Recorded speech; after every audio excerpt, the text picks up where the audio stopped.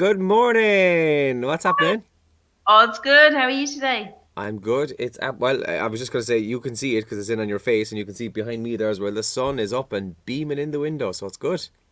It's beautiful this morning. It's absolutely gorgeous out there. Yeah. And so what are we looking like for the rest of the day? Please give Yeah, me some good news. really good. Yeah, wall to wall sunshine. I think pretty much clear skies for the day. It's going to be really nice. It's cold right this morning, but you'll get over that. And today it's up around maybe 10, 11, or 12. But no, yeah, good news. Blue skies, sunny spells all day today. So it's going to be an Hey. absolute lovely one. Yeah.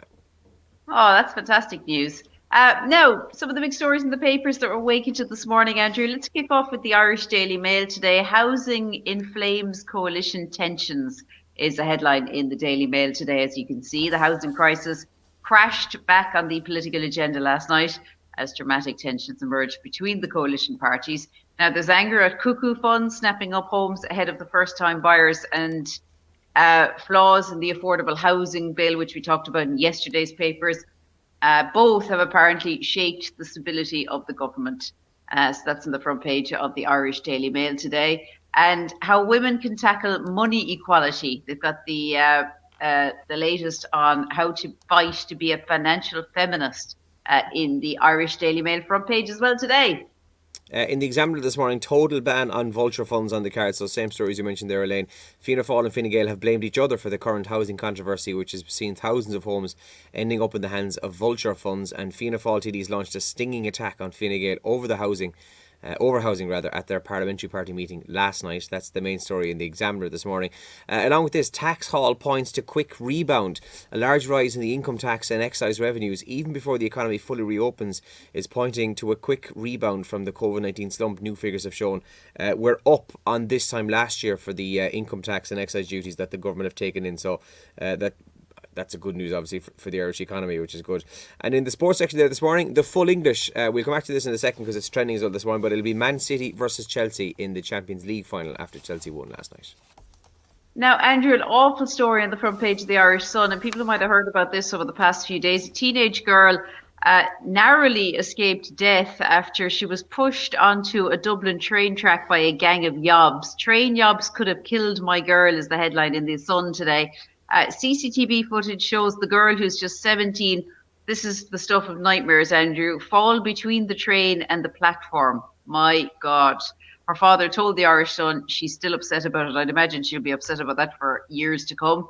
So that's on the front page of the Irish Sun today.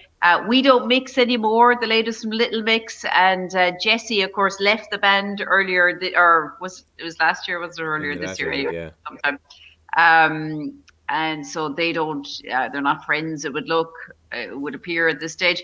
And more about what you were saying there. The full English is a good headline, actually, isn't it? Well, Dream Timo is the headline in the Irish Sun today. Chelsea 2, Real Madrid nil is how it finished up in the semi-final of the Champions League last night. Chelsea going through on an aggregate scoreline of 3-1. So lots of reaction to that in the Sun this morning. The Irish Independent then says revealed the hidden cost of the new price rules for alcohol. Many cans of beer will cost nearly €2 as the average price of a can of beer is to rise much higher than the €1.32 because apparently the €1.32 that was indicated is for a 440ml can, whereas most beer cans are 500ml, so it'll be closer to €2 what the Independent goes with. And Northern Ireland is ready for influx of cross-border shoppers for tourists and tourists as COVID travel curbs ease. So as of next Monday, the intercounty travel ban is lifted, so you can travel anywhere within Ireland. And Northern Ireland are getting ready for an influx of people going to places like doing their shop, going to the pub and restaurants, and getting their hair done if they haven't been doing it already, because I think they have been. But yeah, that's Northern Ireland in the Independent there this morning, looking to get an influx of tourists from the Republic as of next Monday. That's in the paper there this morning. Yeah, I heard a report, I think it was maybe 2 weeks ago now, where Henry McKean for News Talk went across the border, Andrew, and he was asking both people from the south what they were doing there, and then he was asking hairdressers and barbers, how do you feel about people from the south coming across the border to have their hair done? And I must say, every single one of those hairdressers and barbers was like, yeah, bring it on, come on. Whereas I thought they might be saying, they're coming over the border, those unvaccinated feckers, Not at Yeah. all. They were like, yeah, we're grand. Just we totally understand they need really badly want to get their hair cut or their hair colored or whatever. Now, they did add, obviously, like all hairdressers and barbers and all the rest, they'd be taking care of their own customers first, but they had no issue with people crossing the border to do things like that. So I think you're right. I think there's going to be a lot of that going on over the next, when is it? May 10th, isn't it? May 10th, yeah. Come here, I have a stupid question, right? If you live in, I don't know, Louth, right, and you drive whatever it is, half an hour up the road to Belfast, right? Yeah. Do they accept euro in parts of Northern Ireland, or is it strictly just sterling? I know it might seem like a stupid question now, but... Yeah, I wouldn't have thought so, but I don't know. I don't know. Yeah. I mean, I know even parts of Letterkenny there on the border with Derry, there's a local shop that is quite literally like 4 steps from the border, and I thought, I wonder actually, but anyway, maybe not. Maybe that's just my imagination running away with me. So they're expecting an influx of them next week, but clearly from Henry's Vox Pop, it's already happening. Doesn't need to be an inter-county ban lifted. It's already happening, yeah. Big style, yeah. Listen, the trends today, Andrew, and this was actually on the front page of the Daily Mail, and I forgot to mention it, but Nick Cayman is trending. Now, was a very famous model in the 80s and into the early 90s. The reason he's so famous is because he was on a Levi's ad, which I remember very well. Do you remember the Levi's ad, Andrew? The Levi's 501 ad, where he went into a laundrette and took off his jeans and washed them. Yeah, I remember. And he was in white boxers, and everyone's hearts went aflutter when they saw him. Yeah, I actually was watching it yesterday just because I saw a lot of people sharing it. Yeah, gas. Yeah, it was a great ad, a real iconic ad, and it's really sad news that the model has passed away at the age of 59 after a lengthy illness with cancer. And I was just reading about him this morning, actually. He died in London, but his death comes just 6 years after his brother Barry also passed away at the age of just 52 from a heart attack. And I saw a photograph of him with his brother in the Sun earlier today, and his brother looks equally beautiful. They were gorgeous, gorgeous men. So very sad story. And Madonna was one of the people actually who's been paying tribute to Nick Cayman as well this morning. I think he was sort of a protege of Madonna's. So yeah, I think it was. I'm trying to think of the song that was played.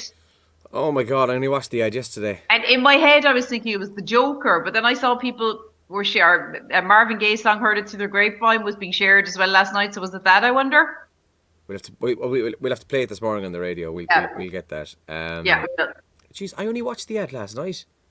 Yeah, no, listen. I clearly took no notice. Jesus. Yeah. And I loved the ad, and it was iconic, and I can't remember what song was on it. So, you're grand. Listen, yeah. Chelsea are trending as well, and we've mentioned that already.